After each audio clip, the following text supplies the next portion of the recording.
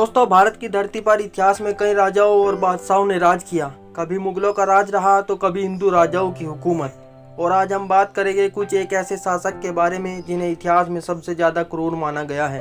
अब तक आपने यही सुना होगा कि मुगलों ने भारत को बहुत लूटा, जनता पर खूब आक्रमण किए और उन पर अत्याचार भी किए।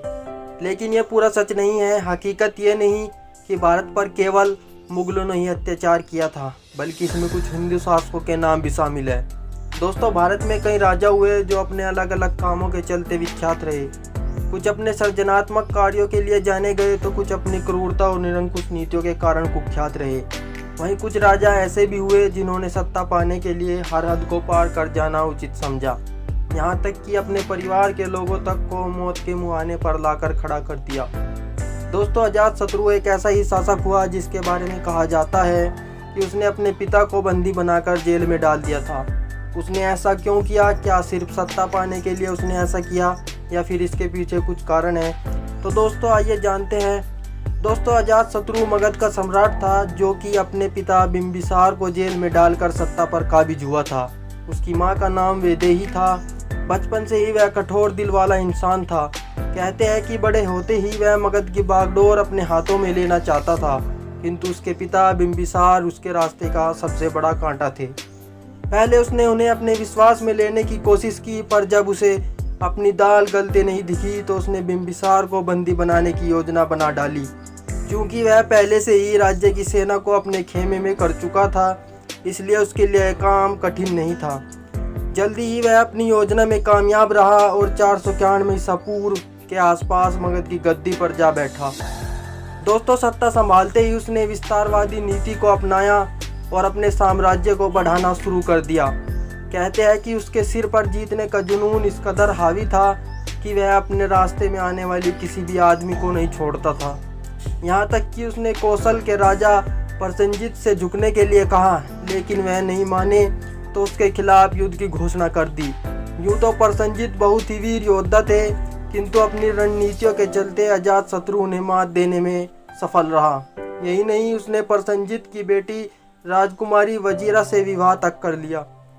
दोस्तों, असल में वह उसकी मदद से काशी जैसे महाजनपदों पर आसानी से अपना अधिकार चाहता था। उसकी योजना कामयाब रही और वह एक एक करके उसने अंग, लिच्छवी, वज्जी और काशी जैसे जनपदों पर अपना अधिकार जमाने में सफल रहा। साथ ही अपनी नीतियों के चलते मगध को शक्तिशाली राष्ट्र बनाने में भी सफल रहा। दोस्तों, राजकुमारी वजीरा से अजातशत्रु को एक पुत्र की प्राप्ति हुई। एक दिन वह भोजन कर रहा था, उसी दौरान उसके पास उसका बेटा खेल रहा था।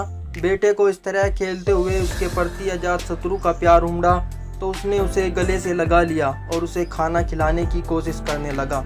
इसी बीच उसके बेटे ने अचानक पेशाब कर दिया, जिसकी कुछ बूंदें उसकी थाली में गिर गई। वह गुस्से से अपने बेटे को गोदी से उतार सकता था, किंतु उसने ऐसा न करते हुए खाना जारी रखा। कुछ देर बाद अपने बेटे को देखकर उसे अपने पिता के प्रति प्रेम उमड़ आया। बस फिर क्या था, वह अपने आप को रोक नहीं सका और अपने पिता को जेल से निकालने चल दिया। दोस्तों, पिता बिंबिसार की खुदकुशी ने अजातशत्रु को तोड़ दिया। कहते हैं कि वह इसके लिए खुद को जिम्मेदार मानता रहा। इस कारण उसका मन बहुत ज़्यादा दुखी था। वह मानसिक शांति के लिए इधर उधर जाता रहा। इसी दौरान वह जैन धर्म प्रचारक महावीर स्वामी के सानिध्य में आया और उनसे प्रेरित हुआ। उनके दिखाए मार्ग पर चलते हुए धार्मिक कार्यों में लग गया और शांति की तलाश करता रहा, किंतु उसे शांति नहीं मिली। इसी कड़ी में बाद में वह बुद्ध की शरण में गया, जहां माना जाता है कि उसे वहीं एक हद तक आत्मिक शांति मिली, तो वह बुद्ध का परम अनुयायी बन गया। दोस्तों, कहते हैं कि आप जैसा करते हैं वैसा ही आपको भरना पड़ता है, या फिर यूं कहे कि मगध में अपने पिता को मारने की प्रथा ही चल पड़ी थी। अजातशत्रु ने जिस तरह से सत्ता के लिए अपने पिता बिंबिसार को कैद में रखा और बाद में वह उनकी मौत का कारण भी बना, ठीक उसी तरह कालचक्र ने उसे लाकर खड़ा कर दिया था। जिस तरह से उसने पिता को हटाकर सत्ता हासिल की थी, ठीक उसी तरह उसके पुत्र उदयभद्र ने किया।